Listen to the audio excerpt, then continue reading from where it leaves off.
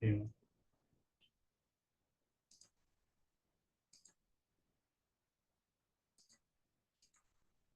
Bismillah. Assalamualaikum warahmatullahi wabarakatuh. Innal hamdalillah nahmaduhu wa nasta'inuhu wa nastaghfiruh wa natubu ilaih wa na'udzu billahi min shururi anfusina wa min sayyiati a'malina. Man yahdihillahu fala mudilla lahu wa man yudlil fala hadiya lahu. Ashhadu an la ilaha illallah wahdahu la syarika lahu wa ashhadu anna Muhammadan 'abduhu wa rasuluh. Salawatullahi wa salamuhu alaihi نبينا وحبيبنا محمد صلى الله عليه وعلى آله وصحبه وسلم. قال الله تعالى في كتابه الكريم: يا أيها الذين آمنوا اتقوا الله حق تقاته ولا تموتن إلا وأنتم مسلمون. أما بعد. Ikhwatul iman, rahimani wa rahimakumullah, saudara-saudariku sekalian yang semoga Allah tabaraka wa taala selalu diberikan keberkahan dalam kehidupannya.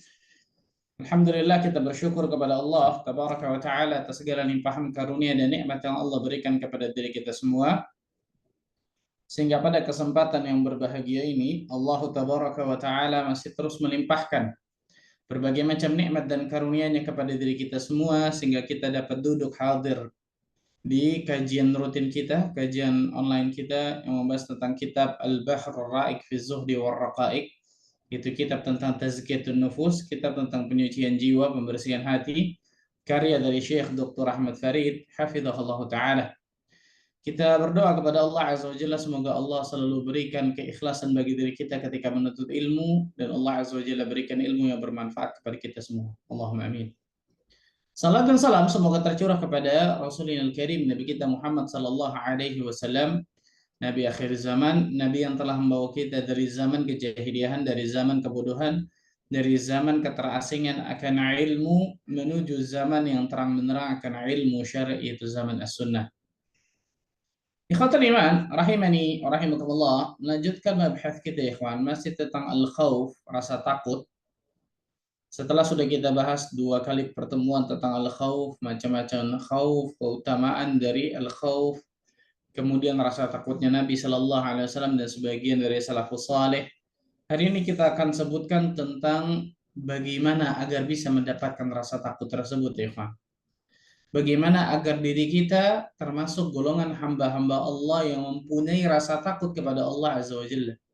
Bagaimana agar hati kita mempunyai khasyatullah, rasa takut kepada Allah Azza wa Jalla.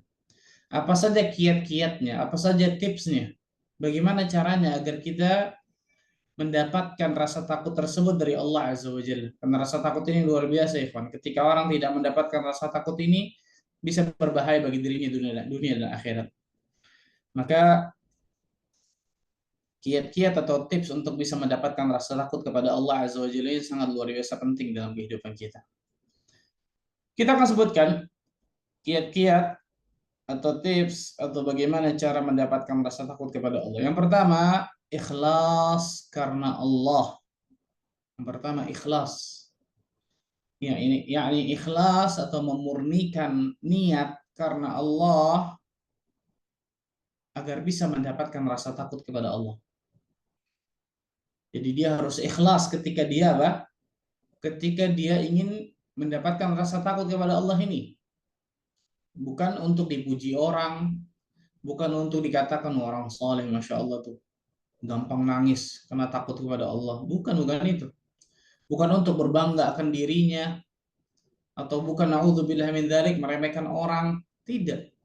Kita belajar ilmu agama itu agar menembak kepada diri kita, bukan nembak orang. Ini penting nih, kawan. Kita subhanallah banyak para penuntut ilmu yang belajar agama, ilmunya dipakai untuk nunjuk orang, untuk nembak orang. Ini salah besar luar biasa. Kita pakai ilmu tersebut untuk nembak diri kita, untuk mengintrospeksi diri kita, memuhasabah diri kita, apakah ilmu-ilmu tersebut sudah kita praktekkan, sudah kita amalkan dalam kehidupan kita atau tidak. Salah satunya ini, ikhlas. Apakah ketika seseorang ingin mendapatkan rasa takut kepada Allah, dia ikhlas karena Allah, ikhlas karena ingin dapatkan surga, ikhlas karena ingin dapatkan rahmat dan karunia Allah, ikhlas karena ingin dapatkan cinta Allah, atau karena ingin sedikit duniawi, karena ingin dipuji, karena ingin disanjung, karena ingin dapatkan mungkin duniawi harta, karena ingin dapatkan jabatan, atau karena apa? Subhanallah, segala macam ibadah ikhwan yang tidak dilandasi atas dasar keikhlasan, haba'an manthura, akan jadi debu yang berterbangan. Maka ketika seseorang ingin dapat rasa takut kepada Allah, yang paling pertama kata para ulama, ikhlaskan niat kita karena Allah. Ikhlaskan niat kita karena ingin dapatkan surga Allah, rahmat Allah, karunia Allah, cintanya Allah Azza wa Jalla. Karena orang yang dapatkan rasa takut kepada Allah, dia akan dapatkan keutamaan yang sudah kita sebutkan kemarin, banyak, luar biasa. Dan orang yang nggak punya rasa takut kepada Allah, keutamaan-keutamaan itu bisa jadi dia nggak dapatkan sama sekali di dunia dan akhirat. Maka ikhlaskan karena Allah tabaraka wa ta'ala, ini yang pertama. Allah tabaraka wa ta'ala berfirman dalam ayat yang ma'ruf insyaallah, surat Al-Bayyinah ayat kelima, "Wa ma umiru illa liya'budullaha mukhlishina lahud-din hunafa." Padahal mereka tidak disuruh kecuali agar beribadah kepada Allah dengan memurnikan ketaatan kepadanya dalam menjalankan agama yang lurus. Ya. Mereka hanya disuruh untuk apa? Memurnikan, mengikhlaskan ibadah, ketaatan hanya kepada Allah dalam menjalankan agama yang lurus ini. Dalam sebuah hadis yang sahih, Rasulullah Shallallahu Alaihi Wasallam bersabda, hadis ini disahihkan oleh Syekh Al-Albani dalam Sahih Targhib wa Tarhib, di bab targhib fi ribati fi sabilillah. Rasulullah sallallahu alaihi wasallam bersabda, "Wa man 'amila minhum bi'amalil akhirati lid-dunya falaysa lahu fil akhirati min nasib." Nauzubillah. Maka barang siapa di antara mereka yang beramal dengan amalan akhirat dengan tujuan dunia semata, dia beramal amalan akhirat, tapi tujuan utamanya untuk bisa dapatkan dunia semata. Nauzubillah min dzalik. Apa kata Rasul sallallahu alaihi wasallam? Falaysa lahu fil akhirati min nasib. Maka tidak ada bagian baginya di akhirat sama sekali. Tidak ada. Dia ingin dapatkan dunia dengan amal akhirat, Allah kasih itu dunianya. Tapi di akhirat dia nggak dapatkan apa-apa. Nauzubillah, kecuali neraka. Hati-hati ketika kita beribadah kepada Allah, ibadah apapun itu, maka harus dilandasi dengan keikhlasan kepada Allah. Salah satunya rasa takut kepada Allah Azza wa Jalla. Rasa takut kepada Allah Azza wa Jalla. Salafus saleh terdahulu, sebagian dari mereka ada yang berdoa kepada Allah. Apa doanya? Allahumma inni astaghfiruka mimma za'amtu anni aradtu bihi wajhak fa khalata qalbi minhu ma qad alimta. Ya Allah, aku memohon ampun kepadamu ya Allah dari suatu amalan yang aku sangka bahwa aku telah menginginkan wajahmu. Dari satu amalan yang aku menyangkanya amalan itu ikhlas gitu maksudnya. Padahal apa? Fakhalata qalbi minhu ma qad alimta. Padahal hatiku tercemar dengan apa-apa yang telah engkau ketahui. Yang tercemar dengan riya, tercemar dengan sum'ah, tercemar dengan ketidakikhlasan. Salafus saleh sebagian berdoa dengan ini, bayangkan. Allahumma inni astaghfiruka mimma za'amtu anni aradtu bihi wajhak fakhalata qalbi minhu ma qad alimta. Allahu akbar. Subhanallah. Dan orang yang paling merasa aman dari riya, merasa aman dari sum'ah, merasa aman dari syirik-syirik kecil, yaitu orang merasa aman dari ketidakikhlasan, pada hakikatnya orang yang paling bisa kena dengan ketidakikhlasan tersebut. Karena nggak ada satupun orang-orang saleh terdahulu merasa amal-amalannya sudah ikhlas, sudah tenang, sudah diterima sama Allah. Nggak ada. Pasti mereka punya rasa takut kepada Allah Azza wa Jalla. Istimewa luar biasa. Yusuf ibn Asbat rahimahullah ta'ala berkata, aku sama sekali tidak menyangka bahwa diriku telah ikhlas. Justru aku menyangka bahwa diriku adalah orang yang riya secara tulen. Allahu Akbar. Luar biasa. Fudail bin Iyad rahimahullah ta'ala berkata, mengenai firman Allah Azza wa Jalla dalam surat Al-Ahzab ayat ke-8. Surat 33 Al-Ahzab ayat ke-8. Liyas'ala as-sadiqina 'an sidqihim, agar dia Allah menanyakan kepada orang-orang yang benar, yang jujur tentang kebenaran mereka. Al-Fudail bin Iyad ketika menafsirkan ayat ini beliau mengatakan, jika para siddiqin seperti Ismail dan Isa alaihi wassalam, Nabi Ismail dan Nabi Isa, itu ditanya tentang pelaksanaan tugas mereka, bagaimana pula dengan orang-orang yang pendusta seperti kita? Allahu Akbar. Allahu Akbar, subhanallah.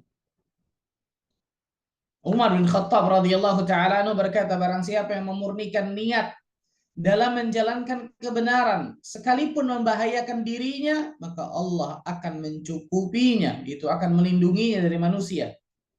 Barang siapa yang menghias diri dengan sesuatu yang tidak ada padanya, itu tidak ada tempatnya, tidak pada tempat maksudnya, maka Allah Azza wa Jalla akan memburukkannya. A'udzubillah min dzalik. Bagian yang pertama ini harus benar-benar kita jaga, ikhwan, ikhlas. Kenapa kita berusaha untuk mendapatkan rasa takut kepada Allah? Karena saya ingin dapatkan surga. Karena saya ingin dapatkan rahmat Allah, karunia Allah, cinta Allah. Orang yang punya rasa takut kepada Allah akan dapatkan berbagai macam keutamaan. Bukan karena saya ingin dipuji, disanjung, mendapatkan tempat di hati masyarakat, mendapatkan dunia, mendapatkan jabatan, pangkat, sama sekali tidak. Ikhlas karena Allah Azza wa Jalla. Ketika dia menangis mungkin karena takut kepada Allah. Ikhlas memang nangis karena takut kepada Allah. Bukan karena selain Allah. Bukan karena ingin dikatakan orang soleh. Dan seterusnya. Ini salah, subhanallah. Maka ini disebutkan oleh para ulama yang pertama. Yang kedua, syarat yang kedua, agar bisa mendapatkan rasa takut kepada Allah, ad-du'a, berdoa kepada Allah Azza wa Jalla. Berdoa kepada Allah tabaraka wa ta'ala. Ad-du'a huwa al-ibadah. Doa adalah ibadah kepada Allah Azza wa Jalla. Allah tabaraka wa ta'ala berfirman dalam surat Ghafir. Dalam surat 40, Ghafir atau Al-Mu'min, surat 40, ayat ke-60. Ayat ke-60. Wa qala rabbukum ud'uni astajib lakum. Innal ladzina yastakbiruna 'an 'ibadati sayadkhuluna jahannama dakhirin. Dan Rabb kalian berfirman, berdoalah kepadaku, aku akan ijabah doa kalian. Sesungguhnya orang-orang yang menyombongkan diri dari beribadah kepadaku, maka aku akan masukkan dia ke dalam neraka dalam keadaan hina dina. Allah Azza wa Jalla menyuruh kita untuk apa? Minta kepada Allah, doa. Ud'uni astajib lakum. Minta kepadaku, kata Allah, berdoa kepadaku, aku akan perkenankan doa kalian. Aku akan kabulkan doa kalian. Allah yang nyuruh kita untuk minta langsung sama Allah. Tanpa ada perantara. Datang ke kubur orang soleh mungkin. Menjadikan perantara orang soleh tersebut kepada Allah. Nggak ada dalam syariat Islam kayak gitu, ya. Nggak pernah diajar oleh Nabi SAW sama sekali. Nggak ada dalam dalil yang sahih masalah itu. Kalau dalil yang dhaif yang maudhu banyak. Gitu. Yang ada sebaliknya ketika zaman Umar bin Khattab radhiyallahu taala anhu arda, terjadi paceklik luar biasa, maka Umar bin Khattab berdoa dengan doanya Al-Abbas bin Abdul Muttalib, paman Nabi SAW, orang saleh. Al-Abbas doa turun hujan. Ini seorang zaman sekarang datang ke kubur wali ini, datang ke kubur ini yang dianggap keramat, datang ke kubur orang saleh yang dianggap bertawasul dengan kubur orang saleh tersebut. Nggak ada. Allah mengatakan ud'uni astajib lakum. Berdoalah kepadaku, aku akan ijabah doakan. Allah yang perintahkan kita langsung minta doa kepada Allah. Allah juga berfirman dalam surah Al-Baqarah ayat ke-186, wa idza sa'alaka 'ibadi 'anni fa inni qarib ujibu da'watad da'i idza da'an. Apabila hambaku bertanya kepadamu ya Muhammad tentang aku, Allah langsung jawab, fa inni qarib, maka sungguh aku dekat. Langsung Allah jawab tanpa perantara, betul ya? Sungguh aku dekat. Ujibu da'watad da'i idza da'an. Aku menjawab orang-orang yang meminta berdoa kepada diriku. Allah yang perintahkan kita doa, minta langsung. Kita nyambung masalah tauhid sedikit karena saya lihat subhanallahil berapa banyak kaum muslimin yang masih datang ke kubur yang dianggap dia orang saleh. Ini nggak ada dalam ajaran Islam, nggak ada, luar biasa. Tapi sayangnya berbondong-bondong kaum muslimin datang seperti ini. Ya Allah, siap. Hadahumullah, semoga Allah berikan hidayah kepada mereka. Syirikan ini nggak main-main, luar biasa. Datang ke kubur orang soleh, bertawasul dengan kubur orang soleh tersebut, bahkan ujung-ujungnya naudzubillah minta sama kubur orang soleh tersebut. Banyak yang seperti itu. Walaupun nggak minta, nggak ada syariat bertawasul dengan orang yang sudah mati, itu nggak ada. Cari dalil, cari coba. Nggak ada. Yang ada nyocok-nyocokin dalil aja, cokologi yang ada tuh. Alhamdulillah min dzalik. Masalah sama teman. Nyambung ke situ, subhanallah. Karena saya lihat banyak sekali luar biasa kaum muslimin yang masih memalingkan doa kepada selain Allah tanpa dia sadari. Tidak berdoa dengan doa yang dituntun oleh Nabi Sallallahu Alaihi Wasallam. Nah, kita berdoa kepada Allah agar Allah karuniakan kepada diri kita rasa takut kepada Allah Azza wa Jalla. Nabi Sallallahu Alaihi Wasallam berdoa, potongan doanya, aslinya doanya panjang. Allahumma wa as'aluka khasyataka fil ghaibi wasyahadah. Riwayat Nasa'i ini, sahihkan Syekh Albani. Allahumma wa as'aluka, ya Allah, dan aku memohon kepadamu. Allahumma wa as'aluka khasyataka, rasa takut kepadamu. Khasyah, khasyatullah. Aku memohon kepadamu ya Allah, rasa takut kepadamu. Fil ghaibi wasyahadah, dalam kesendirian dan dalam keramaian. Dalam kesendirian gak ada orang, ataupun dalam keramaian di tengah-tengah manusia. Allahu Akbar. Minta kepada Allah Azza wa Jalla. Kita doa juga kepada Allah Azza wa Jalla, Allahumma a'inni ala dzikrika wa syukrika wa husni ibadatik. Ya Allah, bantu aku ya Allah agar dapat selalu mengingatmu, bersyukur kepadamu, dan membaguskan selalu ibadahku. Salah satu bentuk bagusnya ibadah kita, ibadah tersebut pasti ada ar-raja wal khauf wal mahabbah. Rasa harap, rasa takut, dan rasa cinta kepada Allah. Itu baru ibadah kita bagus. Salah satu ibadah kita bagus pasti di dalamnya ada keikhlasan, ittiba'ur rasul, dan seterusnya. Doa kepada Allah Azza wa Jalla agar dilembutkan hati kita untuk bisa mendapatkan apa? Rasa takut kepada Allah, agar dilembutkan hati kita agar mudah menangis air mata ini karena takut kepada Allah Azza wa Jalla. Doa kepada Allah ikhwan. Di waktu-waktu istijabatud doa dan seterusnya. Ini yang kedua. Yang ketiga, berusaha untuk mendapatkan manisnya iman. Yang menarik nih, Pak. Berusaha untuk bisa mendapatkan manisnya iman.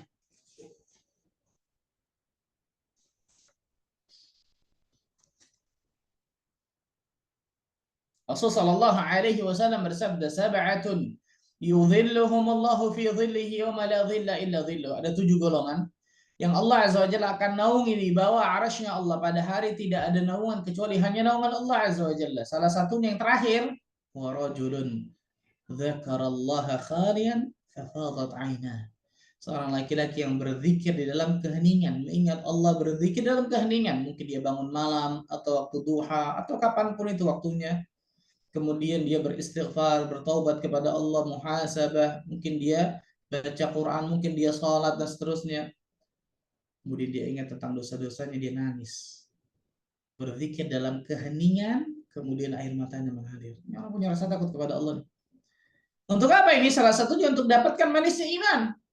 Makanya khalwat itu penting banget zaman sekarang, bahkan dari zaman dulu.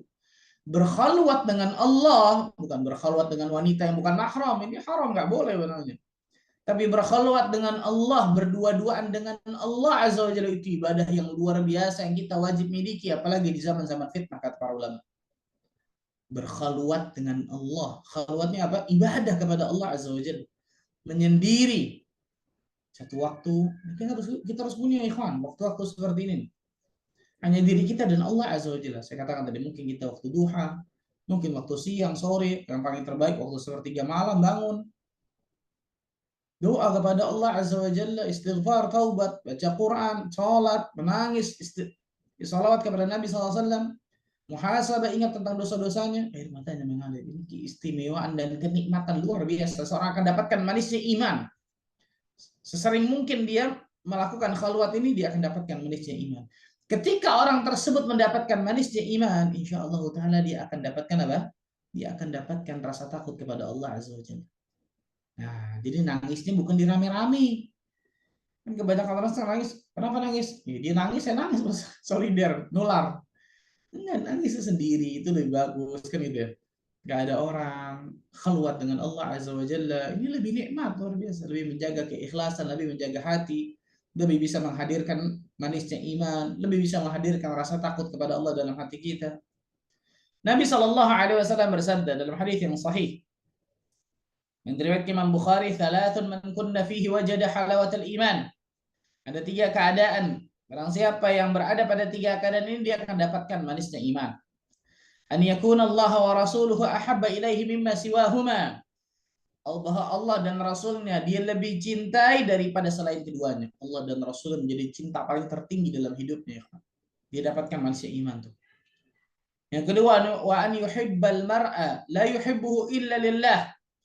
Bahwa ketika dia mencintai seseorang, ia tidak mencintainya kecuali karena Allah semata. Kenapa saya mencintai dia? Karena dia orang saleh, dia orang baik, dia orang yang bertakwa pada Allah, dia orang yang berilmu.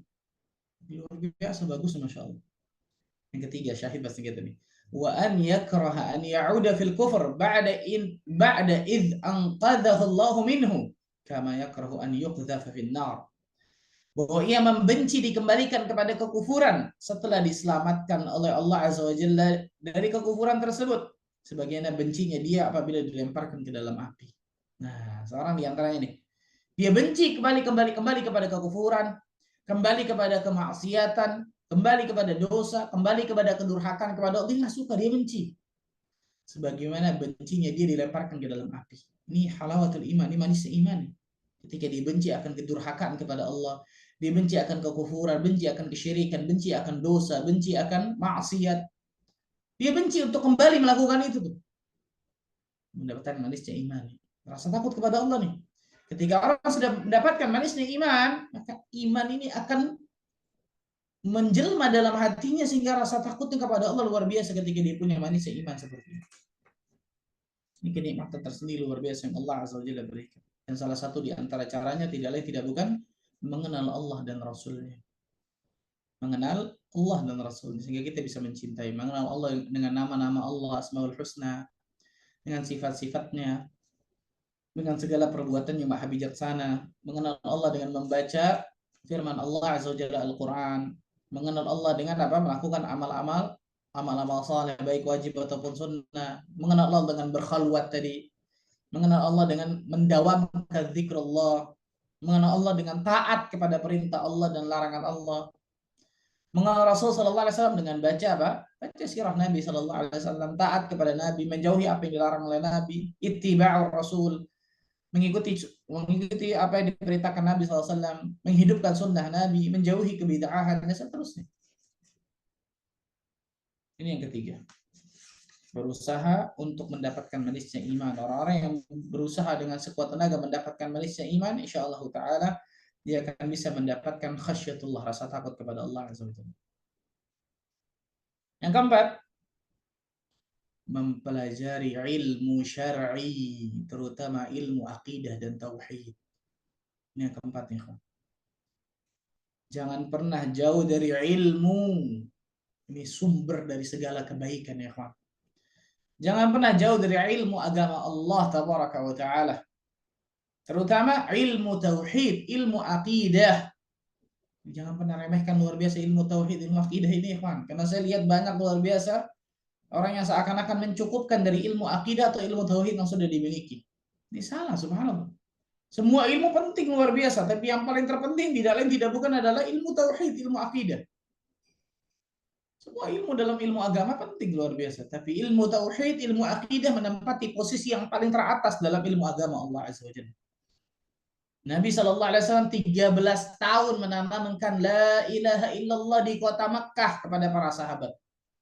Yang pada saat itu belum ada syariat apapun yang turun, yang diperintahkan, kecuali hanya syariat sholat, itu pun turunnya akhir-akhir sebelum Nabi SAW hijrah. Ada yang mengatakan tahun ke-10 kenabian, ada yang mengatakan tahun ke-11 kenabian. 13 tahun menanamkan la ilaha illallah. Bagaimana luar biasanya tauhid dan akidah yang benar. Jadinya sahabat tuh radhiyallahu anhum jami'an. Jangan pernah malas belajar tauhid ya kawan. Hanya bagi diri kita sendiri, apakah kita sudah mengkhatamkan kitab tauhid, belajar kitab tauhid sudah benar atau belum? Belajar al-usul ats-tsalatsah, 3 landasan utama yang wajib diketahui bagi setiap muslim sudah khatam atau belum? Ma'rifatullah, mengenal Allah. Ma'rifatul dinil Islam, mengenal agama Islam. Ma'rifatun Nabi, mengenal Nabi SAW, sudah kita pelajari atau belum? Al-Qawaid Al-Arba' mengenal 4 landasan dari apa? Kesyirikan sudah kita pelajari atau belum? Kashfu syubuhat sudah kita pelajari atau belum? Lum'atul i'tiqad tentang tauhid asma wa sifat sudah kita pelajari atau belum? Dan luar biasa banyaknya akidah wasitiyah, akidah tahawiyah, akidah hamawiyah, akidah tadmuriyah. Masih panjang luar biasa pembahasan masalah tauhid kita, ikhwan. Jadi jangan menganggap ketika oh saya sudah khatam kitab tauhid itu selesai, akidah saya sudah mantap luar biasa. Subhanallah. Jadi jangan cuma belajar tauhid dan belajar ilmu agama ini sampai kita mati. Gak ada cerita selesai khatam tuh walaupun sudah jadi dokter, profesor lagi. Gak ada selesai belajar ilmu agama, terutama ilmu tauhid, ilmu akidah yang benar. Karena dengan ilmu agama ini, terutama ilmu akidah, ilmu tauhid, itu akan menumbuhkan rasa takut kepada Allah. Akan menumbuhkan rasa takut kepada Allah Azza wa Jalla. Lihat Nabi SAW, 13 tahun di kota Mekah, belum ada tuh pengharaman khamar. Belum ada, Allah belum turunkan di Mekah. Turunnya di Madinah. Dan turun di Madinah pun berangsur-angsur. Ada yang mengatakan 3 kali, ada yang mengatakan 4 kali turun. Yang pengharaman khamar. Jadi berangsur-angsur diharamkannya. Tapi sudah 13 tahun tauhid itu sudah dibenarkan di mana? Di Mekah. Sehingga ketika di Madinah turun ayat tentang pengharaman khamar ditumpahkan oleh para sahabat semua khamar-khamar itu. Aisyah mengatakan apa? Kalau seandainya ayat-ayat khamar itu turun di Mekah, mungkin sahabat nggak ada yang ninggalin khamar. Tapi ayat-ayat di Mekah berisi tentang apa? Surga, neraka, ancaman Allah, janji Allah, tauhid, akidah yang benar. Benar-benar pondasinya dikuatkan luar biasa. Dipupuk luar biasa. Sehingga ketika apa? Ketika turun berbagai macam syariat Allah, syariat zakat, syariat puasa, syariat haji, dan seterusnya, mudah semua itu bagi para sahabat. Kenapa? Pondasinya sudah kuat. Orang zaman sekarang, pondasinya masih lemah. Belajar tauhidnya, belajar akidahnya malas. Lebih senang belajar tentang apa? Keluarga atau parenting. Bukan nggak boleh, silahkan. Silahkan. Parenting terbaik untuk anak atau keluarga menjadi keluarga muslimah, silahkan. Itu penting banget, luar biasa kita miliki. Tapi jangan tinggalkan ilmu yang terpenting, wajib terus kita tuntut, ilmu tauhid, ilmu akidah yang benar. Waduh, saya kalau belajar kitab tauhid ngantuk Ustaz. Itu memang ujiannya memang. Betul, sahih. Itu memang ujiannya luar biasa tuh. Ketika belajar tauhid ngantuk luar biasa. Kenapa? Karena syaitan tidak mau kita belajar tauhid, luar biasa. Subhanallah. Syahid dari bahasan kita, orang yang mempelajari ilmu agama Allah, terutama ilmu tauhid, ilmu akidah yang benar, Allah Azza wa Jalla akan karuniakan rasa takut kepadanya dalam hatinya. Allah Azza wa Jalla berfirman dalam surah Fatir ayat 28. Innama yakhshallaha min ibadihi al-ulama. Sesungguhnya dari hamba-hamba Allah yang punya khasyah, yang punya rasa takut kepada Allah hanyalah ulama. Siapa itu ulama? Orang yang berilmu tentang ilmu agama Allah dan dia mengamalkan ilmu agamanya tersebut. Ya, ulama. Dia berilmu tentang ilmu agama Allah, dia amalkan bagi dirinya, itu dipraktekkan, diajarkan manusia. Ini ulama. Berarti tambah berilmu seseorang harusnya tambah takut kepada Allah. Bukan sebaliknya. Tambah berilmu seseorang tambah berani melanggar larangan Allah. Ini salah besar, luar biasa. Kalau seorang tambah berilmu, tambah berani melanggar larangan Allah, ini ada yang salah berarti dalam niatnya, dalam belajar bisa jadi. Karena harusnya ilmu khasyatullah. Ilmu itu, inti dari ilmu itu rasa takut kepada Allah. Salah satu ilmu tersebut bermanfaat, cirinya salah satunya, ilmu tersebut akan melahirkan rasa takut kepada Allah Azza wa Jalla. Sehingga rasa takut kepada Allah tersebut akan menjadi benteng bagi dirinya untuk membentengi dirinya dengan kedurhakaan, maksiat dan dosa kepada Allah. Itu benar. Kafa bi khasyatillahi ilman wa kafa bil igtirari jahlan. Abdullah bin Mas'ud mengatakan apa? Cukuplah seseorang dikatakan ilmu ketika dia punya rasa takut kepada Allah. Dan cukuplah seseorang dikatakan dia orang bodoh, dia nggak berilmu ketika dia tertipu, nggak punya rasa takut kepada Allah Azza wa Jalla. Tertipu dengan apa? Amal perbuatan buruknya, merasa aman dan seterusnya. Na'udzubillah min dzalik. Allah Azza wa Jalla juga berfirman di dalam surat Al-Isra, surat 17 ayat 107 sampai 109. Surat 17 Al-Isra ayat 107 sampai 109.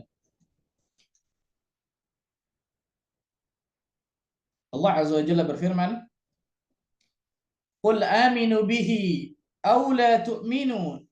Innal ladzina utul ilma min qablihi idza yutla 'alaihim yakhruna lil adqani sujada." Subhanallah. Wa yaquluna subhana rabbina in kana wa'du rabbina la maf'ula wa yakhruna lil adqani yabkuna wa yaziduhum khushu'a. Katakanlah ya Muhammad, berimanlah kalian kepadanya atau tidak usah beriman sama sekali kepada Allah. Sama saja bagi Allah. Maksudnya apa? Kalian beriman kepada Allah atau kalian tidak beriman, sama saja bagi Allah. Nggak merugikan Allah, nggak memberikan keuntungan bagi Allah, tapi merugikan kalian, kan gitu. Sesungguhnya orang-orang yang diberi pengetahuan itu, diberi ilmu sebelumnya, apabila Al-Quran dibacakan kepada mereka, mereka tersungkur atas muka mereka sambil sujud. Dia takut. Tersungkur muka mereka sambil sujud ketika dibacakan Al-Quran. Dan mereka berkata, Maha suci Rabb kami, sesungguhnya janji Rabb kami pasti dipenuhi, pasti ditepati janji Allah. Dan mereka menyungkur, dan mereka tersungkur atas muka mereka sambil menangis, dan mereka bertambah khusyuk. Ketika menafsirkan ayat ini, orang salaf berkata, barang siapa diberi sesuatu berupa ilmu, lalu ilmu itu tidak menyebabkan ia menangis karena Allah, maka ia tidak diberi ilmu yang bermanfaat. Allahu Akbar. Allahu Akbar. Barang siapa yang diberi satu ilmu, kasih satu ilmu ada Allah Azza wa Jalla kepadanya, ilmu apapun itu dalam ilmu agama, tapi apa? Ilmu tersebut tidak menyebabkan dia menangis karena takut kepada Allah Azza wa Jalla. Berarti ilmu tersebut apa? Tidak menjadikan dia tunduk kepada Allah, tidak menjadikan dia takut akan neraka Allah, tidak menjadikan dia takut akan siksa Allah. Maka ketahuilah, ia tidak diberikan ilmu yang bermanfaat. Allahu Akbar. Allahu Akbar, subhanallah. Karena Allah Azza wa Jalla tadi berfirman, kemudian beliau membaca ayat apa? Ayat ini, surah Al-Isra ayat 107 sampai 109. Allahu Akbar. Jadi ilmu syar'i, ilmu yang bermanfaat, salah satu cirinya adalah ilmu yang melahirkan rasa takut kepada Allah Tabaraka wa Ta'ala. Ini kenikmatan luar biasa ya. Ini kenikmatan luar biasa. Ini yang keempat. Jangan pernah dari ilmu, jangan pernah jauh dari ilmu, jangan pernah jauh dari majelis ilmu, jangan pernah tinggalkan belajar ilmu agama Allah. Terkhusus terutama saya katakan tadi ilmu tauhid, ilmu aqidah. Yang kelima, cara atau kiat agar bisa mendapatkan rasa takut kepada Allah Tabaraka wa Ta'ala, dzikrul maut wa ma ba'dahu. Mengingat kematian dan huru-hara yang akan terjadi setelah kematian. Allahu Akbar. Itu mengingat alam akhirat. Mengingat kematian dan alam akhirat.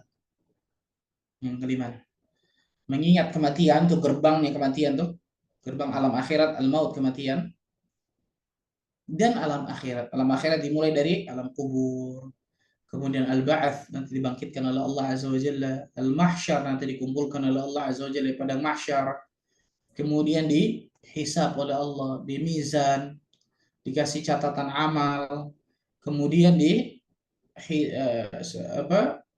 sirat, ada syafaat, ada qantara, ada surga neraka.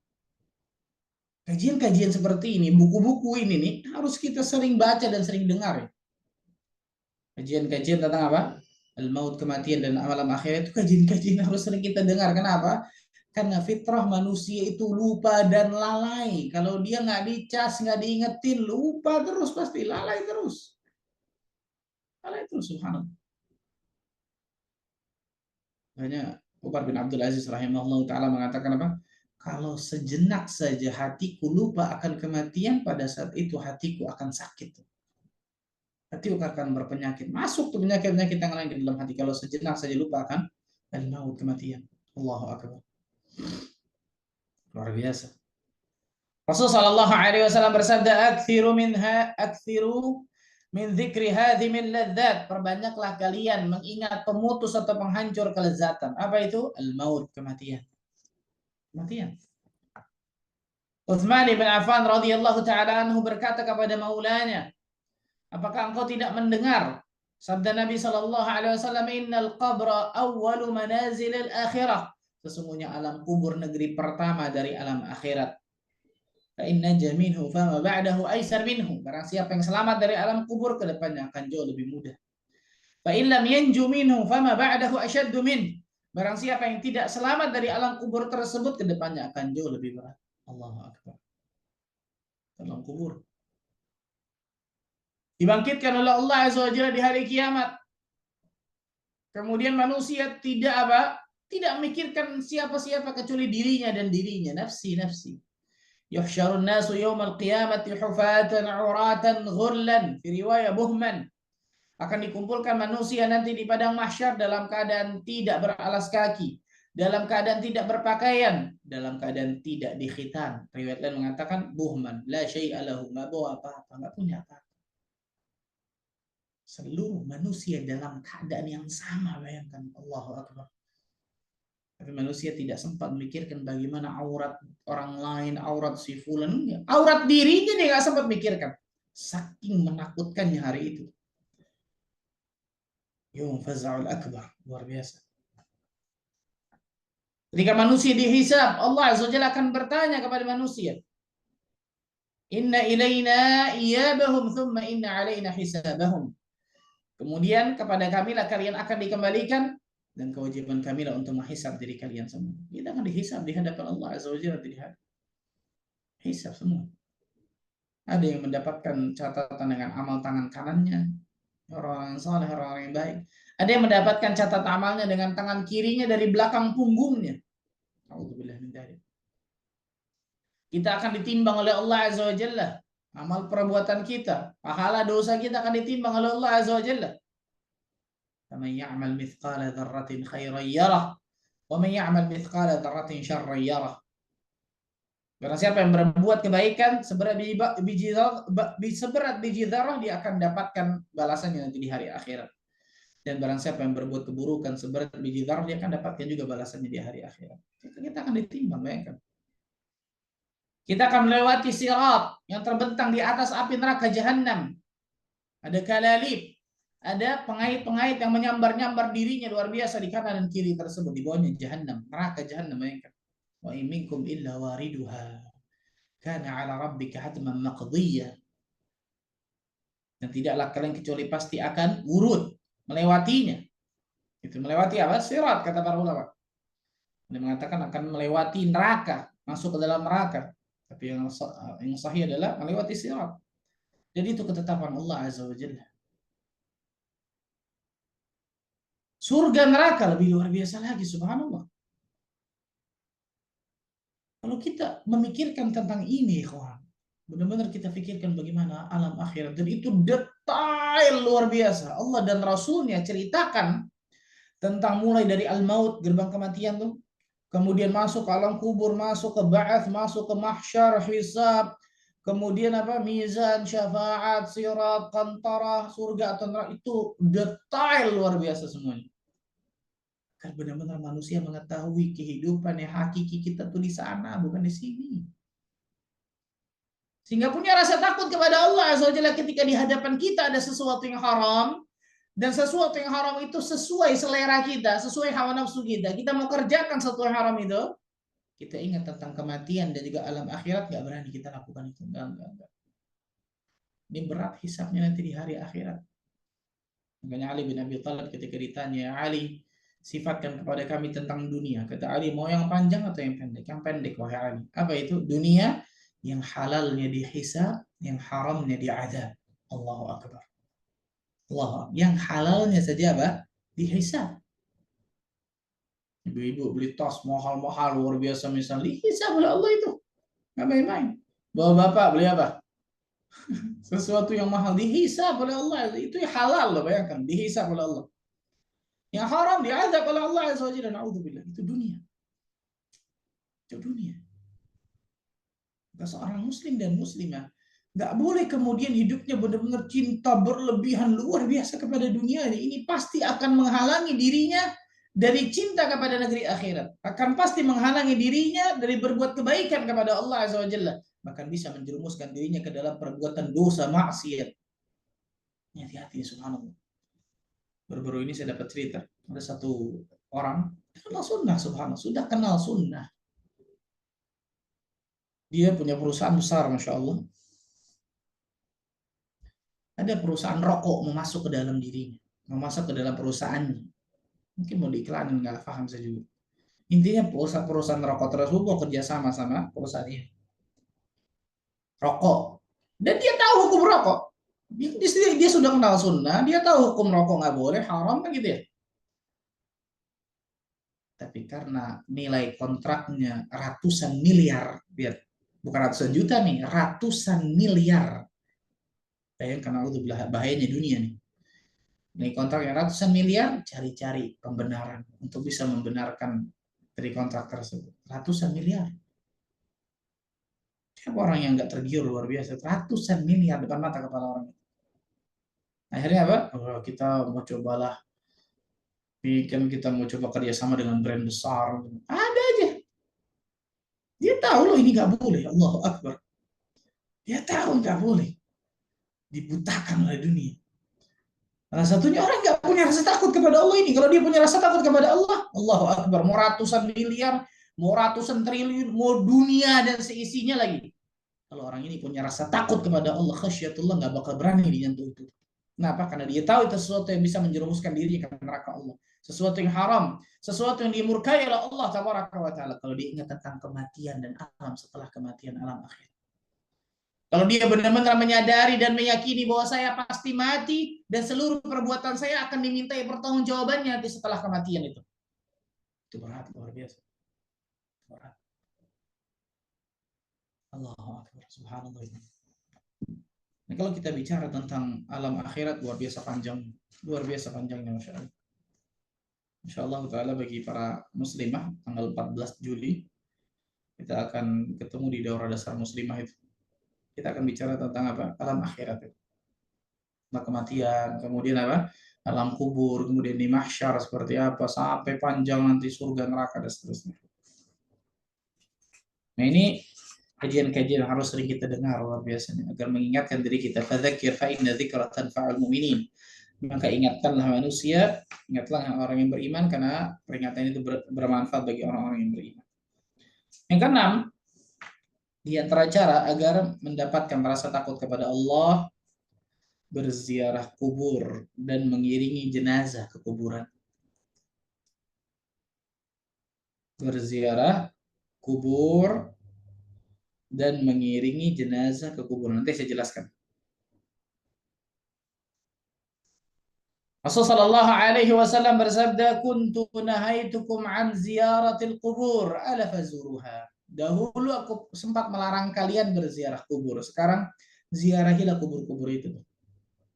Kenapa? Fa innaha tudzakkirukumul akhirah. Karena berziarah kubur itu akan mengingatkan kalian tentang alam akhirat. Allahu Akbar. Ini tujuan inti dari ziarah kubur.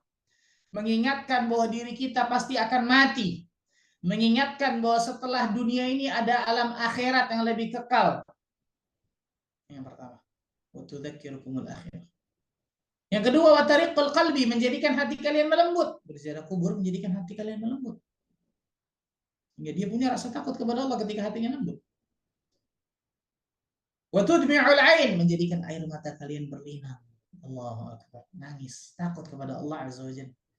Wala taqulu hujran, dan jangan berbicara yang keji ketika berziarah kubur. Nah, para ulama menyebutkan, ulama khilaf, apakah seorang wanita dibolehkan untuk berziarah kubur dan boleh mengiringi jenazah? Wallahu ta'ala alam bishawab. Pendapat yang lebih saya kuatkan, seorang wanita dibolehkan sesekali untuk ziarah kubur, tidak apa? Tidak sering. Tapi tidak boleh mengiringi jenazah ke kuburan. Saya ulang, ziarah kubur dan mengiringi jenazah ini terkhusus bagi laki-laki, Tapi seorang wanita dibolehkan dia sesekali berziarah kubur dengan niat tadi, ingat alam akhirat, melembutkan hatinya, menjadikan dia punya rasa takut kepada Allah Azza wa Jalla, mendoakan mungkin apa? Ahli kubur tersebut. Ini di antara tujuan inti nih. Jadi orang wanita dibolehkan dia sesekali ziarah kubur, tapi tidak dibolehkan mengiring jenazah ke kuburan. Karena dilarang oleh Nabi Shallallahu Alaihi Wasallam tentang masalah tersebut. Nah, perhatikan baik. Jadi hadis yang mengatakan la'anallahu zairatil kubur, Allah Azza wa Jalla melaknat wanita-wanita yang berziarah kubur. Allah Alam besar Syekh Albani mengatakan hadis yang sahih adalah zawaratil kubur, pakai sighah mubalaghah.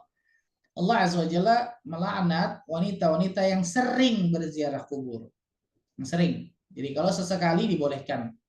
Kenapa? Karena ditakutkan kata para ulama ketika wanita berziarah kubur tersebut melakukan hal-hal yang diharamkan dalam Islam. Meratap mungkin di kuburan tersebut. Kan gitu. Karena ternyata banyak wanita yang tidak kuat ketika melihat seperti itu. Banyak wanita ternyata lebih lemah karena biasa lebih pakai perasaannya daripada pakai akalnya, logikanya kan gitu. Akhirnya berbuat sesuatu yang tidak boleh pada saat itu kan gitu. Maka Islam mencegahnya masalah itu.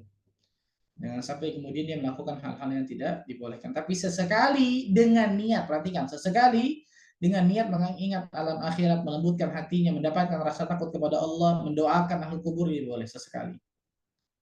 Tapi jangan sampai sesekali itu pula juga tetap meratap ya, supaya nggak boleh kalau seperti ini. Nah, tujuan nggak boleh wanitanya sering-sering ziarah kubur supaya tidak mentajdid kesedihan, memperbaharui kesedihan lagi kan itu. Ujung-ujungnya naudzubillah syaitan bisa masuk kemudian akhirnya suudzon kepada takdir Allah azza wajalla. Nah ini subhanallah memang. Dan memang kalau kita mengantarkan jenazah ke kuburan atau kita ziarah kubur atau kita melewati area pekuburan luar biasa itu. Luar biasa. Para ulama terdahulu ketika mereka mengantarkan jenazah ke kuburan, mereka semua dalam keadaan yang sama, menangis takut kepada Allah azza wajalla sehingga mereka bingung siapa yang menjadi keluarga dari yang meninggal ini, jenazah ini nih, siapa keluarganya? Karena semua dalam keadaan sama, menangis takut kepada Allah. Nah, subhanallah ketika kita berada di area pekuburan, coba bayangkan subhanallah. Seluas ini luar biasa. Kalau seandainya mereka diberikan kesempatan mau kembali ke dunia, pasti mereka mau kembali ke dunia. Untuk apa? Untuk beramal saleh. Tapi Allah nggak berikan itu. Dan kita yang masih berada di atas dunia, kenapa kita lalai gitu? Ini istimewa luar biasa ketika dia bisa mengingat seperti itu ketika ziarah kubur. Yang ketujuh, yang terkiat agar bisa mendapatkan rasa takut kepada Allah Azza wa Jalla, membaca dan mentadabburi Al-Quranul Karim. Ini jelas. Ini luar biasa ya kawan. Membaca dan mentadabburi Al-Quranul Karim. Orang-orang yang dekat kepada Al-Quran sering membacanya, sering menghafalnya, sering memurajaahnya, sering mentadabburinya, sering mengamalkan isinya. Maka insya Allah Ta'ala Allah Azza wa Jalla akan berkaruniakan kepada rasa takut kepada Allah. Orang-orang yang jauh dari Al-Quran Al-Karim, maka syaitan dengan mudah akan bisa menggelincirkan dirinya ke dalam sesuatu yang haram, maksiat dan dosa. Allah Azza wa Jalla berfirman di dalam surah Al-Hasyr ayat ke-21. Surat Al-Hasyr ayat 21. Lau anzalna hadzal Qur'ana 'ala jabalin la ra'aitahu khashi'an mutasaddian min khasyatillah. Wa tilkal amthalu nadribuha lin-nasi la'allahum yatafakkarun. Kalau sekiranya kami turunkan Al-Quran ini kepada sebuah gunung, pasti kalian akan melihatnya tunduk terpecah belah disebabkan ketakutannya kepada Allah Azza wa Jalla. Allahu Akbar. Diturunkan Al-Quran ke gunung, hancur berkeping-keping gunung itu. Dan perumpamaan itu kami bikin untuk manusia agar mereka berpikir, mereka merenungi. Kalau Al-Quran diturunkan kepada sebuah gunung, gunung itu bisa hancur luluh lantah luar biasa. Masa sih kepada hati manusia nggak melembut? Masa sih ketika Al-Quran itu ada pada hati manusia nggak menjadikan hatinya melembut? Jangan-jangan na'udzubillah min dzalik ketika Al-Quran sudah diturunkan ke dalam hati manusia malah menjadikan hatinya tambah mengeras, maka Allah siapkan neraka untuk bakar hati yang mengeras seperti itu. Hati-hati subhanallah. Kalau kita renungi Al-Quran luar biasa. Allah Azza wa Jalla mengatakan afala yatadabbaruna al-Qur'an am ala qulubin aqfaluha. Dalam surat Muhammad surat ke-47 ayat 24. Apakah kalian tidak mentadabburi isi Al-Quran? Apakah kalian tidak merenungi isi Al-Quran? Atau ternyata dalam hati kalian terdapat kunci gembok yang mengunci hati kalian. Allahu Akbar, bahasa Al-Quran luar biasa. Nah, orang-orang yang dekat kepada Al-Quran, apa kata Syekh Muhammad bin Shalih Al-Utsaimin? Satara atharan ajiban. Engkau akan melihat sesuatu yang sangat menakjubkan pada dirimu, hatimu, ketika engkau dekat dengan Al-Quran. Maka jangan pernah jauh dari Al-Quran. Jangan pernah jauh dari Al-Quran. Al-Quran akan memberikan rasa takut kepada diri kita luar biasa. Al-Quran akan membimbing langkah kehidupan kita menuju Shiratal Mustaqim, mendapatkan kebahagiaan. Al-Quran akan memperingatkan hidup kita tuh kalau hidup kita salah arah. Al-Quran menjadi guidance, menjadi apa, pedoman dalam hidup kita, petunjuk dalam hidup kita untuk mendapatkan surga Allah Azza wa Jalla. Hudan linnas, hudan lil muttaqin, kan gitu. Maka ketika seorang dekat bersahabat dengan Al-Quran, sering membacanya, sering menghafalnya, sering memurojaahnya, sering mentadaburinya, sering mengamalkannya, itu pasti memberikan pengaruh besar bagi hatinya.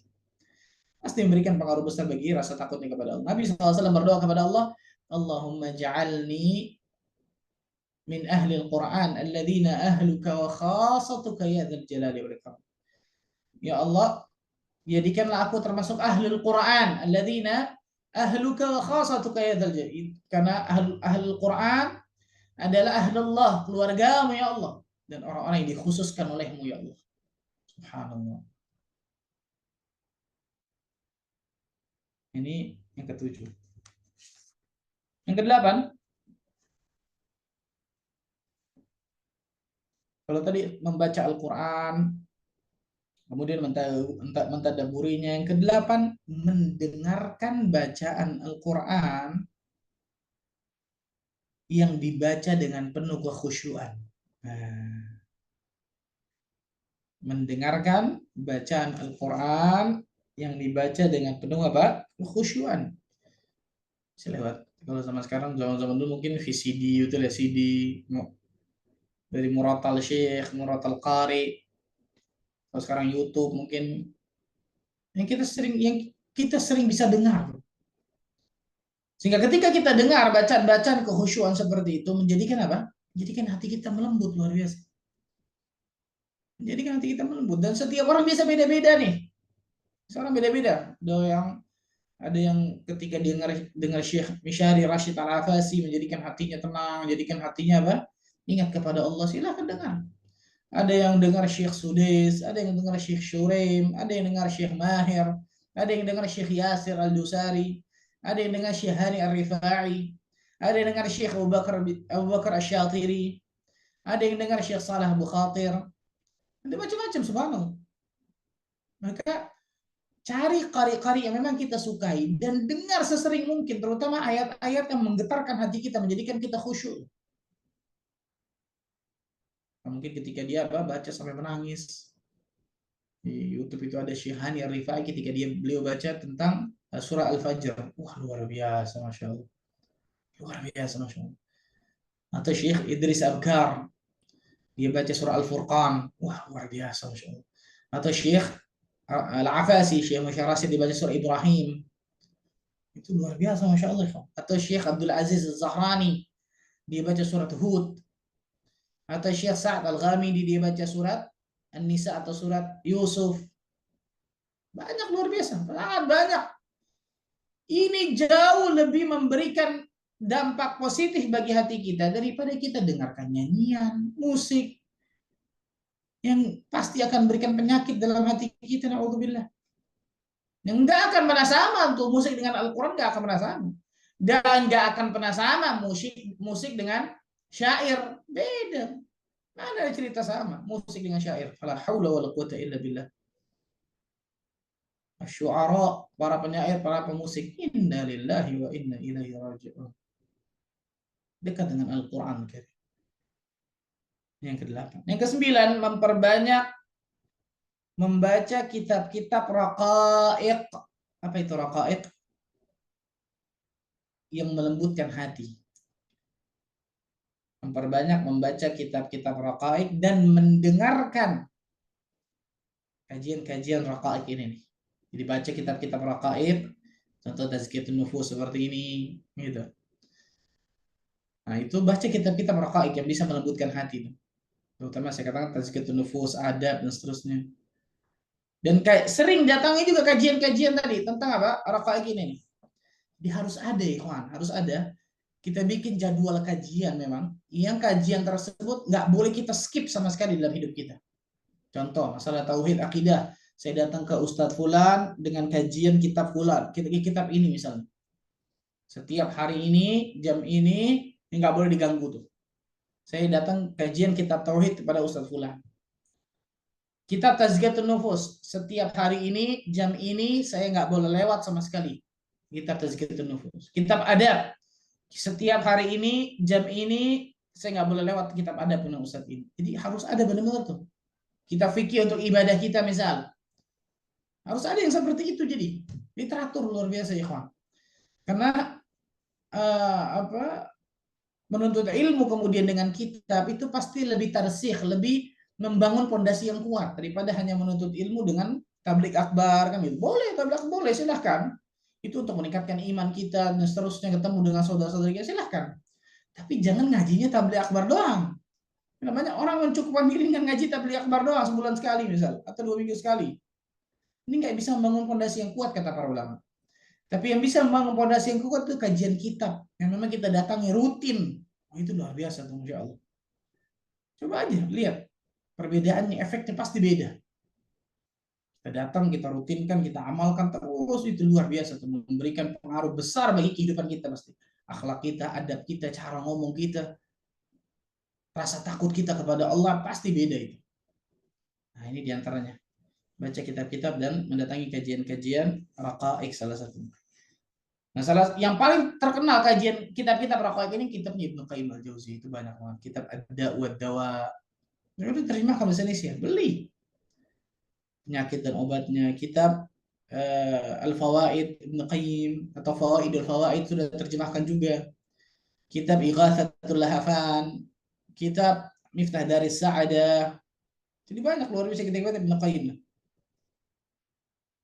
Nah, ini disebutkan para ulama sebenarnya. Yang ke-10 muhasabah. Cara agar mendapatkan rasa takut kepada Allah yang ke-10 adalah muhasabah. Mengintrospeksi diri kita sendiri. Rasulullah sallallahu alaihi wasallam bersabda, "Wabki ala khati'atik." Tangisilah dosa-dosamu. Muhasabah diri kita sendiri. Jangan malah menyibukkan diri kita dengan apa? Dosa orang lain. Yang ke-11, berusaha untuk khusyuk dalam sholat. Orang yang khusyuk dalam sholat, Allahu Akbar, Allah Azza wa Jalla akan berikan kenikmatan dia untuk apa? Mendapatkan rasa takut kepada Allah.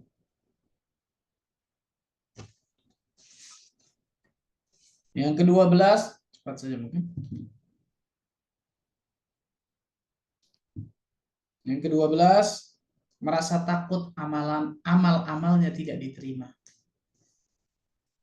Merasa takut amal-amalnya tidak diterima. Harus ada dalam hati kita nih, kan, rasa takut kepada Allah. Ketika kita beramal jangan jadi pongah. Wah, amal sudah banyak ternyata. Kita nggak tahu sama sekali apakah amal tersebut diterima atau ditolak oleh Allah Azza wa Jalla kan gitu. Yang ke-13, la tukthirud dhahik, jangan banyak tertawa berlebihan. Jangan banyak tertawa berlebihan. Rasulullah sallallahu alaihi wasallam bersabda, la tukthirud dhahik fa inna kathratud dhahik tumitul qalb. Jangan kalian banyak tertawa karena banyak tertawa itu dapat mematikan hati. Allahu Akbar. Sedangkan hati yang mati itu pasti sulit untuk mengeluarkan air mata karena takut kepada Allah Azza wa Jalla. Yang ke-14, zuhud kepada dunia. Izhad fid dunia. Zuhud kepada dunia. Dan yang terakhir, memaksakan diri untuk menangis karena takut kepada Allah. 15 cara. Memaksakan diri untuk menangis karena takut kepada Allah Azza wa Jalla. Kalau kita nggak bisa nangis karena takut kepada Allah, ketika berkhaluat nggak bisa nangis, paksakan diri kita tuh. Paksakan diri kita untuk menangis karena takut kepada Allah. Apa kata para ulama? Seandainya kalian dalam sebuah riwayat Riwayat ini perselisihkan para ulama tentang kesahihannya, tapi secara makna pada hakikatnya benar riwayat ini. Ya Yohanes ubku, fa in lam tabku fatabakau. Wahai manusia, menangislah kalian. Kata Nabi SAW. Jika kalian tidak dapat menangis, maka paksakan diri kalian untuk menangis. Riwayat ini perselisihkan ya. Ada yang mensahihkan riwayat ini, ada yang mendhaifkan. Tapi maknanya benar. Maksudnya apa? Salah satu cara untuk bisa menghadirkan rasa takut kepada Allah, paksakan diri kita untuk menangis gitu. Abdullah bin Amr bin As berkata, menangislah kalian. Jika kalian tidak bisa, maka paksakan untuk menangis. Seandainya kalian mengetahui ilmu, niscaya seseorang dari kalian akan sholat hingga patah punggungnya. Dan kalian akan menangis sampai suaranya terputus. Seandainya kalian mengetahui bagaimana ilmu tentang alam akhirat, ilmu tentang neraka luar biasa, akan menjadikan kalian seperti ini. Ini 15 cara. Wallahu a'lam bishawab. Semoga Allah azza wajalla mudahkan kita untuk bisa mengamalkan 15 cara ini sehingga Allah azza wajalla berikan rasa takut kepada Allah azza wajalla dalam diri kita. Wallahu taala a'lam bishawab. Silakan mungkin kalau ada yang mau bertanya. Masya Allah, alhamdulillah. Masya Allah, pemaparannya luar biasa Ustaz. Semoga kita termasuk orang-orang yang bisa menangis karena takut pada Allah dan mengingat dosa-dosa kita. Amin ya rabbal alamin. Ustadz izin bertanya. Ustadz, Ana mendengar beberapa waktu ini, Ana seorang ibu Ustadz, Ana mendengar beberapa waktu ini seorang syekh bercerita tentang dia bermimpi 3 kali tentang seorang pemuda tapi pemuda tersebut ternyata tidak pernah sholat.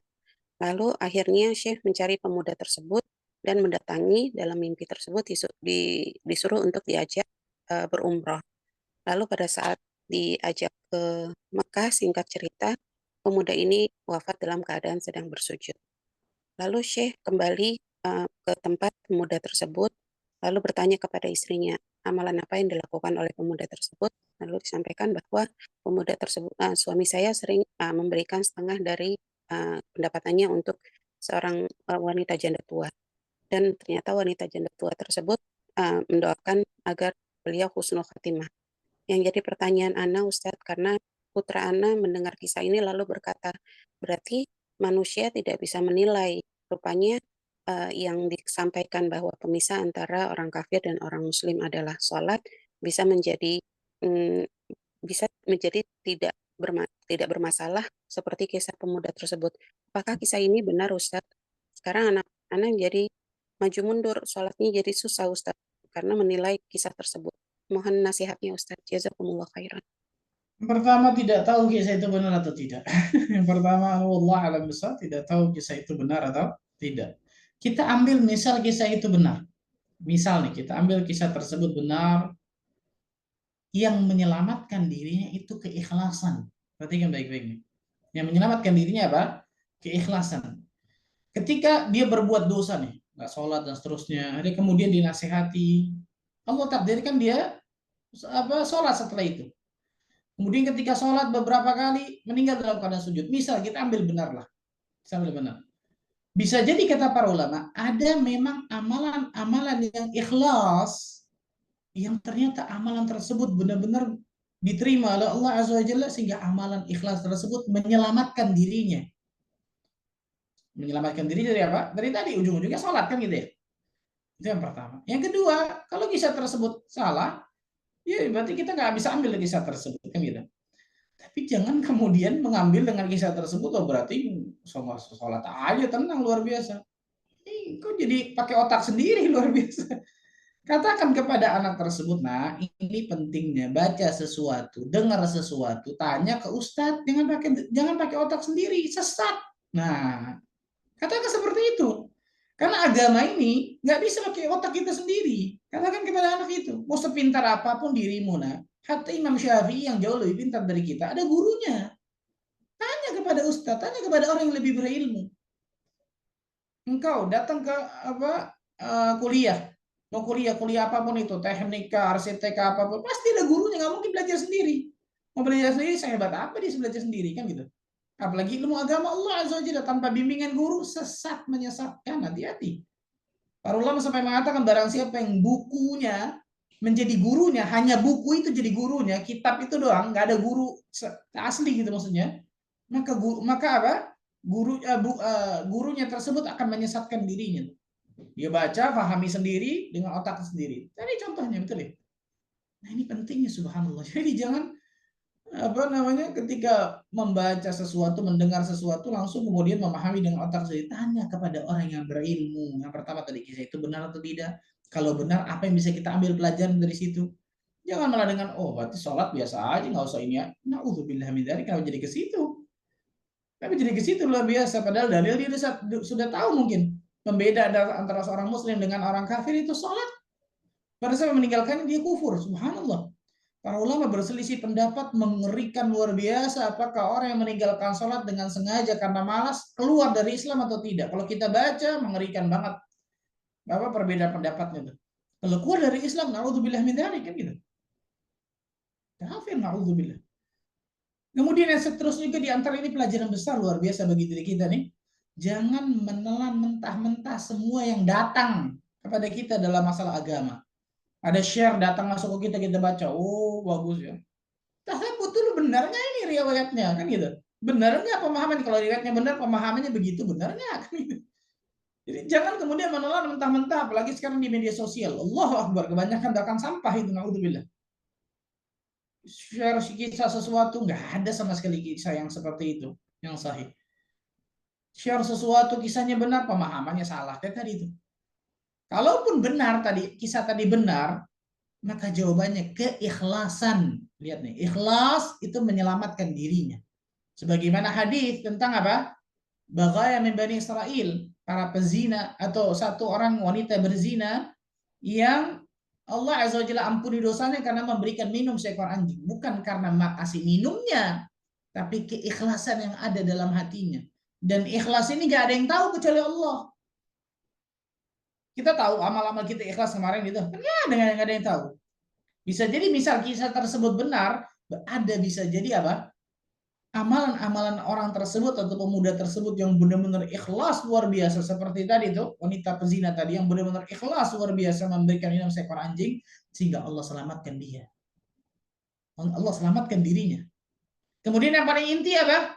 Innamal a'malu bil khawatim. Sesungguhnya amal itu tergantung akhirnya, ujungnya.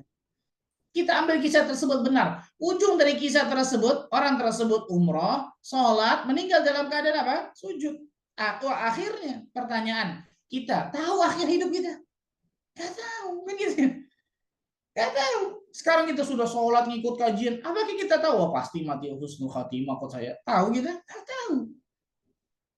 Luar biasa, subhanallah. Siapa yang tahu tentang akhir hayat kehidupan kita?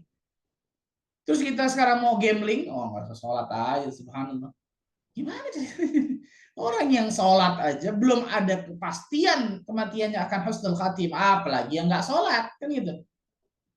Maka jangan kemudian, ini saya suka bingung luar biasa manusia zaman sekarang nih, mengandalkan otaknya, logikanya, tapi tanpa bertanya kepada orang yang berilmu. Nggak boleh, ini bahaya luar biasa. Ini pentingnya seseorang memahami ilmu agama dengan pemahaman salafus salih, dengan pemahaman para sahabat, para tabiin, para tabi'ut tabiin, bukan pakai logikanya, otaknya semata.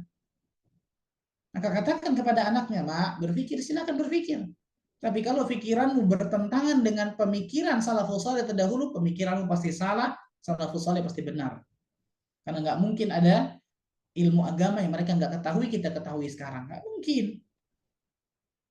Maka katakan seperti nasihati anaknya. Jadi ini yang terpenting, karena anak-anak muda ini banyak seperti ini, subhanallah. Banyak ingin hal sesuatu yang baru-baru, luar biasa, yang seru. Akhirnya, naudzubillah min dzalik, menyimpang.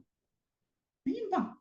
Naudzubillah min dzalik. Subhanallah. Semoga Allah Azza wa Jalla jaga para pemuda dan pemudi Islam luar biasa dari penyimpangan agama ini. Karena banyak, ini syubhat namanya, bahaya. Fitnah syubhat ini bahaya. Dan bahaya ketika syubhat sudah masuk ke kepala seseorang, luar biasa sulit untuk keluar. Luar biasa susah untuk keluar. Maka sebagai ulama mengatakan nggak bisa keluar itu. Nah, pasti ada sisanya tuh, hati-hati, naudzubillah. Maka nasihati anak tersebut, jangan sampai apa? membaca satu permasalahan masalah agama atau mendengar kemudian langsung memahami dengan kepalanya sendiri. Ya, tanya kepada orang yang berilmu. Tanya orang berilmu, sebagaimana kita nuntut ilmu di sekolah, di kampus pasti ada gurunya. Ilmu agama apalagi? Kalau nggak sesat pasti. Nauzubillah min dzalik, sallallahu alaihi. Wallahu a'lam bishawab. Barakallahu fikum Ustaz. Subhanallah. Pertanyaan selanjutnya Ustaz. Ustaz, Ana punya 2 anak laki-laki dan 1 anak saya yang paling bungsu sangat suka sekali membaca kitab-kitab tentang mengenal Allah. Jadi setiap dia pulang sekolah sore dia sempatkan untuk membaca 1-2 lembar, terutama di akhir pekan. Tapi ayahnya tidak suka. Kata ayahnya, "Kenapa kamu terus-terusan membaca buku ini? Kamu harusnya ikut les ini, ikut les futsal, ikut les dan sebagainya." Lalu Ana sampaikan, justru harusnya kita bangga punya anak yang mau mengenal Allah. Tapi saya malah dimarahi oleh suami saya, bahkan sampai ditampar Ustadz, karena dibilang memberi pengaruh buruk pada anak. Dibilang kita hidup di dunia, ya tentunya kita harus mencari dunia juga. Anak diajarkan sejak dini untuk bagaimana tahu keahlian. Bagaimana Anda menghadapi ini Ustadz? Seringkali Anda mengalami kekerasan fisik. Dan kasihan anak-anak, anak putra anak pun juga mengalami kekerasan fisik. Apa yang harus kami lakukan Ustadz? Mohon nasihatnya, barakallah. Nah, jawaban yang pertama, sabar, bersabar akan ujian yang Allah Azza wa Jalla berikan. Bersabar akan ujian yang Allah Tabaraka wa Ta'ala berikan kepada ibu. Dan memang ujian, subhanallah, ada orang diuji dengan suaminya, ada orang diuji dengan istrinya, ada orang diuji dengan orang tuanya, ada orang diuji dengan anaknya. Dan dunia darul imtihan, darul ibtila. Dunia ini tempatnya ujian memang, tempatnya cobaan. Sampai kapan? Sampai mati. Selesai dari satu ujian, menuju ujian yang lain. Pada hakikatnya kita hidup seperti itu. Berpindah dari satu ujian ke ujian lain, ke ujian lain, ke ujian lain. Sampai kapan? Sampai meninggal, sampai mati. Ujiannya beda lagi nanti di hari akhirat, kan gitu.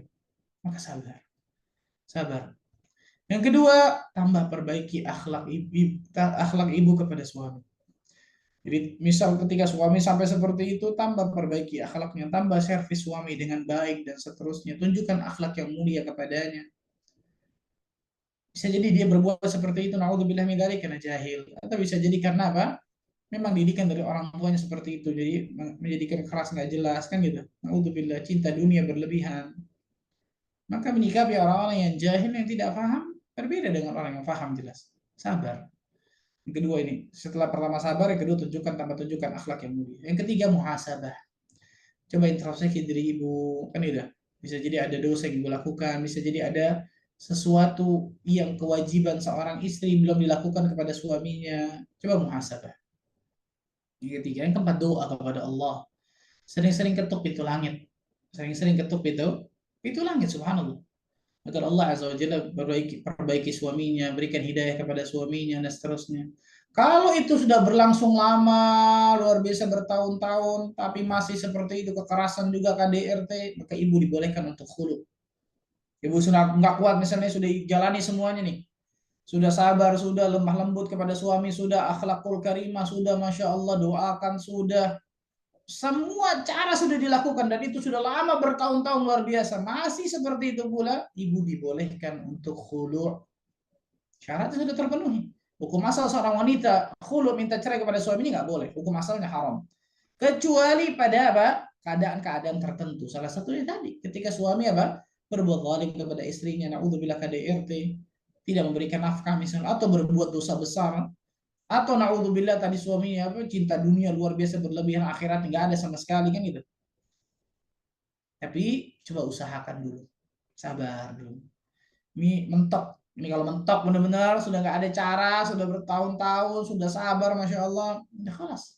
Ibu dibolehkan untuk apa? Khulu, mengajukan kepada hakim. Semoga Allah Azza wa Jalla berikan hidayah kepada suaminya dan kepada kita semua. Amin ya rabbal alamin. Ustaz, pertanyaan selanjutnya. Assalamualaikum warahmatullahi wabarakatuh. Ustaz izin bertanya, ada 2 pertanyaan Ustaz. Apa sebenarnya yang terjadi dengan orang yang hatinya merasa kosong, terutama dalam beribadah? dan apa yang harus orang tersebut lakukan agar hatinya bisa ikhlas dan kembali merasakan kenikmatan saat melakukan ibadah. Yang kedua, Ustadz, dan apa yang harus dilakukan jika ada seseorang yang memiliki ketakutan berlebihan dengan kematian, siksa kubur, dan sakaratul maut, serta selalu memikirkan bagaimana nasibnya nanti di alam barzah dan akhirat kelak sampai menimbulkan kecemasan dalam menjalani kehidupan. Jazakallah khairan. Barakallahu fikum. Yang pertama, perbanyak istighfar dan taubat kepada Allah Azza wa Jalla.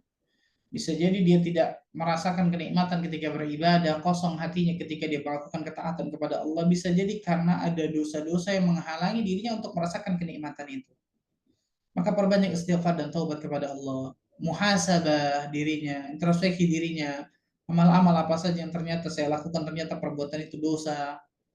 Nah ini penting nih subhanallah. Karena terkadang seseorang melakukan dosa, dia nggak sadar melakukan dosa itu terus. Sehingga menjadikan Allah Azza wa Jalla tidak memberikan kenikmatan ibadah kepada dirinya. Maka perbanyak muhasabah, perbanyak istighfar dan taubat kepada Allah Tabaraka wa Ta'ala. Ini yang pertama. Yang kedua, kalau rasa takutnya kepada tadi kematian, alam akhirat, menjadikan dirinya malah apa? Ibadah kepada Allah, taat kepada Allah, nggak berani melanggar larangan Allah. Ini bagus. Ini nggak ada kata berlebihan kalau seperti ini. Nabi Shallallahu Alaihi Wasallam dan para ulama salafus saleh terdahulu rasa takutnya orang yang paling takut kepada Allah, tapi rasa takutnya menimbulkan kebaikan. Efeknya, dampaknya di baik. Apa itu baiknya? Menjadikan dirinya apa? Tambah beribadah kepada Allah, tambah melecutkan untuk semangat beramal soleh, berbekal untuk alam akhirat. Ini bagus. Tapi kalau tadi, naudzubillah, ditakutkan berlebihan, dimaksud adalah jadi was-was kehidupannya, jadi putus asa akan rahmat Allah. Nah ini nggak boleh, ini dari syaitan seperti ini. Jadi hati-hati nih, rasa takut kepada Allah, sebagaimana sudah kita bahas pertama kali, itu ada dua. Rasa takut kepada Allah yang terpuji, rasa takut kepada Allah yang tercela. Rasa takut kepada Allah yang terpuji itu menimbulkan kita beramal saleh, menimbulkan kebaikan setelahnya, menjadikan diri kita apa? Berbekal untuk alam setelah kematian kita, menjadikan sholat kita khusyuk, menjadikan kita berbekal benar-benar memperbanyak ibadah kepada Allah. Ini rasa takut kepada Allah terpuji. Tapi rasa takut kepada Allah tercela kalau rasa takut tersebut menjadikan diri kita apa? Menjadikan diri kita was-was hidupnya, kehidupan di dunia ini, takut ke sini, takut mati, bahkan sampai nganterin jenazah nggak berani bagi laki-laki misalnya. Ada seperti ini saya ketemukan nih. Ini was-was dari syaitan. Atau dia putus asa akan rahmat Allah. Ya Allah nggak mungkin ampuni saya. Ya subhanallah. Akhirnya dia nggak ibadah, nggak mau dekat sama Allah. Ini dari syaitan seperti ini, hati-hati. Maka harusnya rasa takut kepada Allah yang benar, yang terpuji, itu tambah menjadikan dirinya berbekal untuk alam akhiratnya. Nabi Shallallahu Alaihi Wasallam orang yang paling takut pada sama Allah, orang yang paling bertakwa pada Allah. Tapi rasa takut Nabi menjadikan beliau beribadah luar biasa, betul ya? Sholat malam sampai kakinya mengeras, pecah-pecah, bengkak-bengkak. Sedekah luar biasa, masya Allah. Seakan-akan beliau tidak takut miskin dengan sedekahnya luar biasa kan gitu. Ini benar. Ini benar. Orang yang paling takut kepada Allah paling bertakwa kan gitu. Bukan malah menjadikan dirinya putus asa karena rahmat Allah, was-was berlebihan. Ini dari syaitan yang seperti ini. Barakallahu fikum. Insyaallah. Pertanyaan selanjutnya, Ustadz. Ustadz, setiap syafaat itu harus mendapatkan izin dari Allah. Begitupun syafaat dari Nabi Shallallahu Alaihi Wasallam. Bagaimana dengan Al-Quran, Ustadz? Apakah tetap harus mendapat izin dari Allah atau langsung Al-Quran tersebut memberikan syafaat kepada pembacanya? Semua sebagian amal saleh yang disebutkan dalam dalil Al-Quran, kemudian puasa dan seterusnya, itu akan memberikan syafaat bagi orang-orang yang melakukannya. Semuanya itu harus dengan apa? Izin dan ridha Allah Tabaraka wa Ta'ala. Semuanya.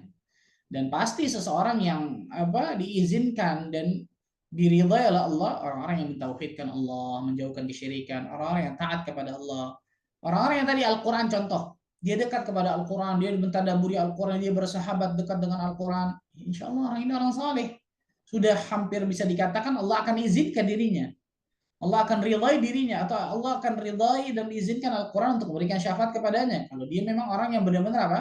Sahibul Quran kan gitu, ahlul Quran. Tapi ada orang ahlul Quran di mata manusia doang. Betul ya? Dia hafid Quran, Masya Allah, tapi di belakang melakukan maksiat dan dosa. Ini Allah Azza Jalla Maha tahu tentang masalah ini, betul ya? Maka Semua pada hakikatnya syafaat tersebut harus dengan izin dan ridha Allah tabaraka wa taala. Man dzalladzi yashfa'u 'indahu illa biiznih. Semuanya jelas. Tapi tadi tuh orang yang tadi contoh Al-Qur'an saja atau puasa misalnya. Dia orang yang selalu puasa, masya Allah. Atau dia apa? Orang yang selalu dekat dengan Al-Quran terus, insya Allah Taala kita bersangka baik orang ini orang saleh kan gitu. Sehingga insya Allah Taala Allah pasti akan memberikan apa? Izin dan ridho kepada amal-amal yang sering dia lakukan, contohnya puasa dan baca Al-Quran, untuk bisa memberikan syafaat kepada dirinya. Dan ini nggak mungkin orang kafir, orang musyrik kan gitu ya. Allah. Pertanyaan selanjutnya Ustadz, Ustadz terkait dengan surat Asy-Syu'ara yang sekarang lagi sempat ramai diberitakan. Ana punya teman yang rupanya dulu pernah berguru langsung kepada ustadz tersebut. Lalu sampai sekarang mengatakan bahwa dia seorang pengajar piano dan organ. Lalu sempat bertanya kepada beliau, karena itu dianggap sebagai pencari nafkah, jadi tidak mengapa, halal pendapatannya. Lalu Ana sampaikan kalau itu adalah haram hukumnya. Lalu Ana dibilang lebih tahu siapa kamu daripada Ustadz. Dan sampai sekarang teman Ana terus melakukan uh, mengajar musik tersebut dengan meyakini bahwa itu adalah benar. Ana sudah mendoakan, sudah mengirim video dan sebagainya untuk menyadarkan beliau karena beliau memberi makan 5 orang anaknya. Bagaimana apa yang harus Anda lakukan lagi ya Ustadz terkait ini? Dan syubhat yang sudah masuk ini memang benar sulit sekali dihilangkan. Mohon nasihatnya Ustadz. Barakallahu fikum. Kita tidak bisa memaksa orang untuk meyakini apa yang kita yakini. Berarti kan dakwah itu bukan memaksa, tapi dakwah itu mengajak.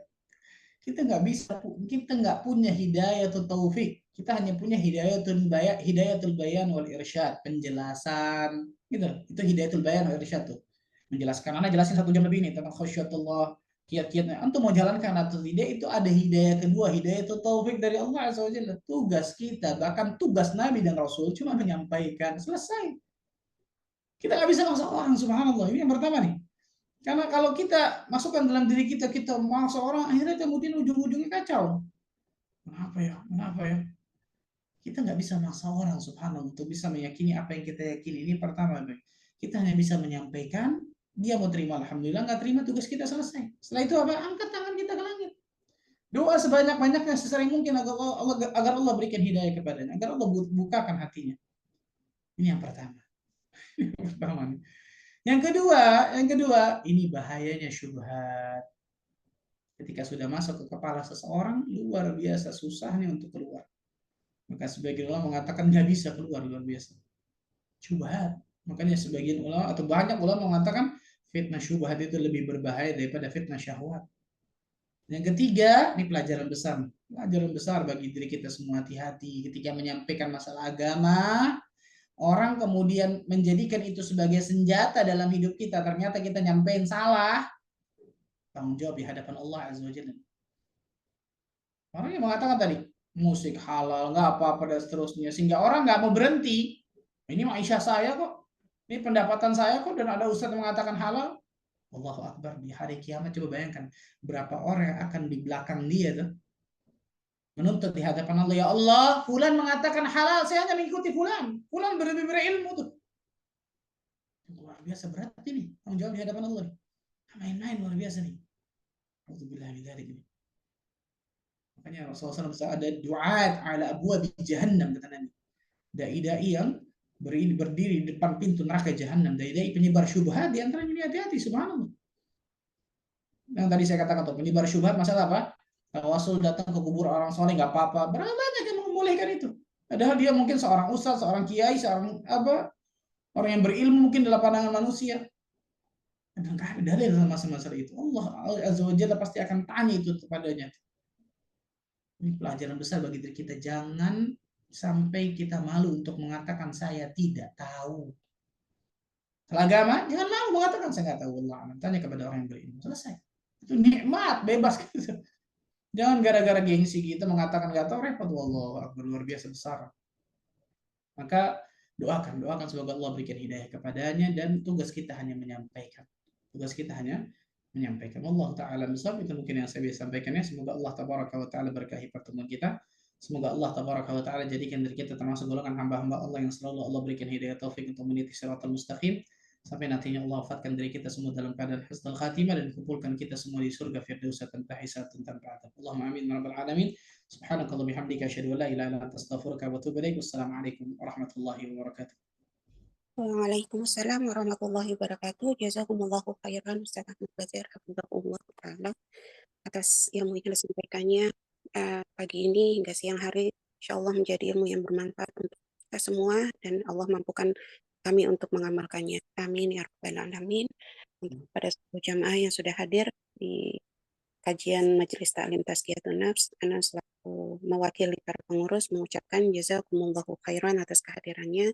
Semoga kita tetap terus bisa mengikuti kajian-kajian yang rutin dilakukan mengenai putar Tazkiyatun Nafs ini. Semoga Allah mudahkan kita. Barakallahu fikum. Assalamualaikum warahmatullahi wabarakatuh. Kita tutup dengan doa. Waalaikumsalam warahmatullahi wabarakatuh. Jazakillah khair, wa makasih banyak. Barakallahu fikir.